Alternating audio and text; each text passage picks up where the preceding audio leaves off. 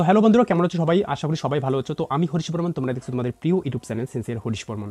শুরুতে সবার জন্য যারা ডাব্লিউবিপি কেপি কনস্টেবলের জন্য প্রিপারেশনস নিচ্ছ, যারা পিএসসি ক্লার্কশিপ, পিএসসি মিসলেনিয়াসের জন্য মেন্সের জন্য প্রিপারেশনস নিচ্ছ, সবার জন্য একটা কবিতা আমি তোমাদের বলবো।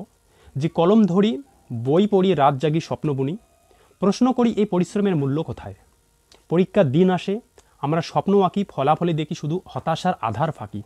চাকরির প্রতিশ্রুতি ছিল, ছিল আশা আলো, আজ বেকারের ভিড়ে আমরা শুধু বিভ্রান্ত এই পথ চলো। সরকার বলে ধৈর্য রাখো, ধৈর্য ধরো আরও। তারা কি জানে ক্ষুধার জ্বালা, ত্যাগের কত দাহন ভারো? কেন আমাদের জীবন শুধু প্রতীক্ষার খেলা? কেন কর্মসংস্থানের স্বপ্ন হয় না বাস্তবের মেলা? যে কর্মসংস্থানের পেপার আমরা 2010-2008 সালের আগে আমরা খুব সুন্দরভাবে দেখেছিলাম, যে সমস্ত আপডেট আমরা অফিসিয়াল বোর্ডের মাধ্যমে পাইনি, সেই সমস্ত আপডেট আগে আমাদের কাছে বার্তা তুলে ধরতো। আজ কর্মসংস্থানের পেপারে যে সমস্ত বার্তা উঠে আসতেছে, ভুয়ো বার্তা উঠে আসতেছে। তো কেন কর্মসংস্থানের স্বপ্ন হয় না বাস্তবের মেলা?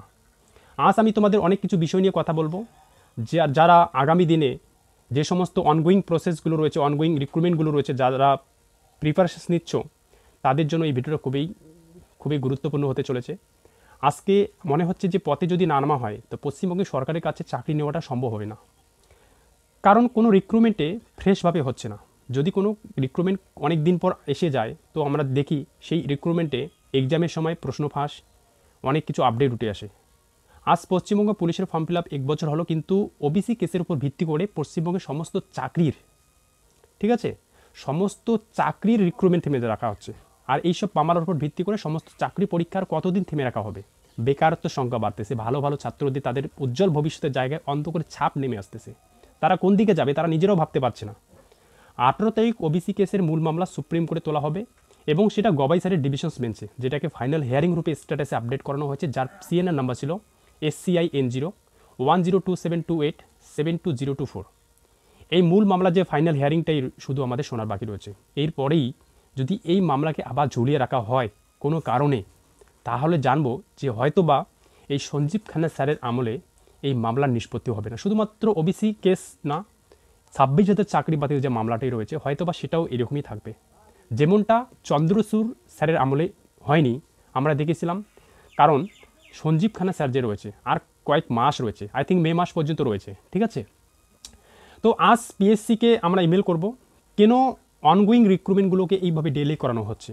পিএসসি মিসলেনিয়াসের, পিএসসি ক্লার্কশিপ, এবং তোমরা জানো যে পশ্চিমবঙ্গ পুলিশ রিক্রুটমেন্ট বোর্ড সবথেকে বড় বোর্ড, যেখানে হাজার হাজার সার্ভিস পারসনস বছরের পর বছর রিটায়ারমেন্ট নেয়, তাদের যে পদগুলো খালি হয়, তাদের পদগুলোকে কতগুলো খালি হলো সেটা আমরা আরটি করানোর পর কোনো কিছু আপডেট পাই না, যে অ্যাকচুয়ালি পোস্ট কতগুলো রয়েছে, খালি রয়েছে।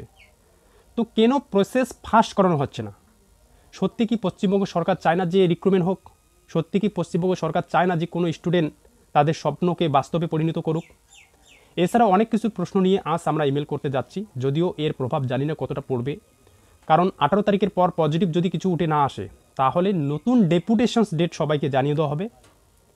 এই সবাইকে রাস্তায়, আমি তোমাদের বলবো সবাইকে রাস্তায় নামানোর জন্য বলে দেওয়া হবে যে অনগোয়িং প্রসেস যদি না চলে, তোমরা ভেবে নাও যে ইন্ডিকেটিভ যে সমস্ত পিএসসি অ্যানুয়াল ক্যালেন্ডারে আমরা দেখেছিলাম, WBCS বলো, এবং আগামী দিনে পিএসসি ক্লার্কশিপের নতুন রিক্রুটমেন্ট, পিএসসি মিসলেনিয়াসের নতুন রিক্রুটমেন্ট, তাদের উপর প্রভাব কতদিন পড়বে? কারণ বিধানসভা ভোট 2026-এ, ইন্ডিকেটিভ ভ্যাকান্সিস তাহলে তো আরও ডিলে হয়ে যাবে। মানে ধরে নাও তোমাদের 2030-35 সালের ওইদিকে তোমরা এর নিয়োগপত্র পেয়ে যাবে, তবুও কোনো গ্যারান্টি নেই, ঠিক আছে।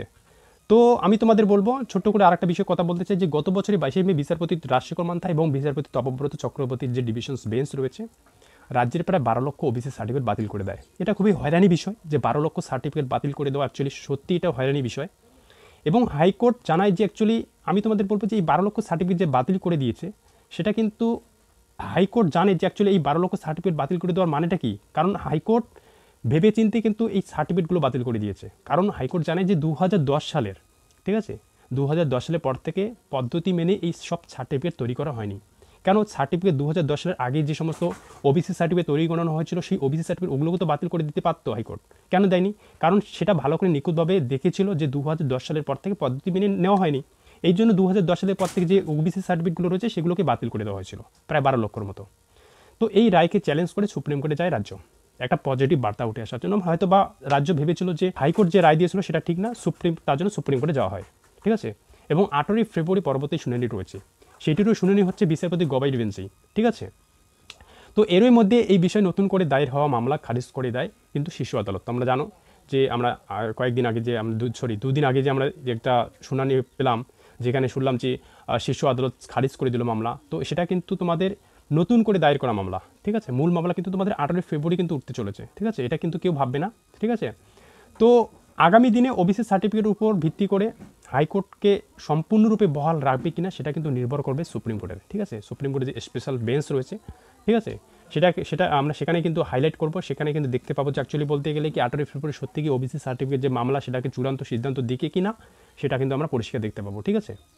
আমি মনে করি যে 8ই ফেব্রুয়ারি পর থেকে মামলা যদি চূড়ান্ত সিদ্ধান্ত নেওয়া হয় অথবা আবারও ডেলি করানো হয়, যদি আবারও আমরা দেখব যে যদি আবারও একটা নতুন করে ডেট মেনশনেট করানো হয় যে ওবিসি মামলা সেই ডেটে আবারও করানো হবে, তো হয়তোবা আমাদের শেষ পর্যন্ত আমাদের রাস্তায় যদি আমরা না নামি, তো হয়তোবা আমাদের ভবিষ্যৎ কোন দিকে যাবে সেটা আমরা নিজেরা ভাবতে পারবো না, বিশেষ করে যারা ভালো ছাত্ররা রয়েছে। কারণ তোমরা অনেকেই জানো যে পশ্চিমবঙ্গের সমস্ত রিক্রুটমেন্ট WBCS বলো এবং অনগোয়িং প্রসেসগুলো যে রয়েছে তার উপর প্রভাব পড়তেছে, ঠিক আছে। তো আমি তোমাদের বলবো যে এই ভিডিওটা তৈরি করার মানে এটাই যে তোমরা যেন এটা সজাগ থাকতে পারো যে অ্যাকচুয়ালি 8ই ফেব্রুয়ারি এটাই আমাদের দেখার মানে অনেকে তো বলছে যে 8ই ফেব্রুয়ারি চূড়ান্ত সিদ্ধান্ত, 8ই ফেব্রুয়ারি চূড়ান্ত সিদ্ধান্ত, কারণ সুপ্রিম কোর্টের যে অফিসিয়াল সাইটে রয়েছে সেখানে আপডেট করে দিয়েছে যে চূড়ান্ত সিদ্ধান্ত হবে। তো এর আগে যে মামলাটি যে সুপ্রিম কোর্টে ওঠানোর কথা ছিল সেটা কিন্তু ওঠেনি, 8ই ফেব্রুয়ারি করে দেওয়া ছিল।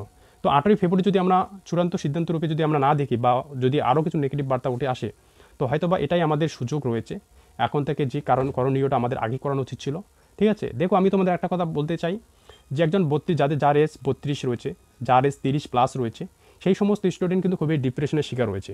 আজ আমার SC সার্টিফিকেট আমার কাছে রয়েছে, আজ তোমাদের কাছে SC সার্টিফিকেট রয়েছে, ST সার্টিফিকেট রয়েছে, তোমরা ভাবছো আমার বয়স 24, আমার হাতে অনেক সময় রয়েছে।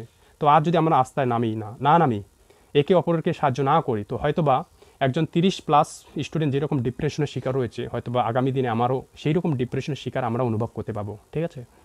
তো আমি তোমাদের এটাই বলতে যাচ্ছি, ঠিক আছে। তো 8ই ফেব্রুয়ারি আমরা দেখব। আজ আমরা PSCর অফিসিয়ালে সাইটে আমরা ইমেল করব, দেখি কতদূর কী হয়, কতদূর প্রভাব পড়ে, আর এবং ডেপুটেশনস নিয়ে, ঠিক আছে। BRBর তোমরা জানো গতকালকে অনেকেই ডেপুটেশনস নিয়ে অনেকে গিয়েছিল, ঠিক আছে। বাট এটা করে কোনো কিছু হবে না এখন, ঠিক আছে। RTI করে আমি তোমাদের বলে দিয়েছিলাম যে তারা কোনো কিছু আপডেট দিতে পারছে না অ্যাকচুয়ালি অ্যাকুরেটভাবে কবে হবে, কারণ ওবিসি কেস সব রাস্তার যে মেইন যে কাঠা দাঁড়িয়ে রয়েছে সেটা হচ্ছে ওবিসি, ঠিক আছে। তো ওবিসি কেস আগে মিটমাট হোক, তারপর আমরা তোমাদের বলবো। তো আমি তোমাদের বলবো যে যারা প্রিপারেশনস নিতেই থাকো, ঠিক আছে। হঠাৎ করে কী করবে না তোমরা নিজেরা বুঝতে পারবে না, ঠিক আছে। তো ভিডিওটা কেমন লাগলো অবশ্যই কমেন্ট করে বলবে, ঠিক আছে, এবং চ্যানেলটাকে সাবস্ক্রাইব করতে বলবে না। Thank you.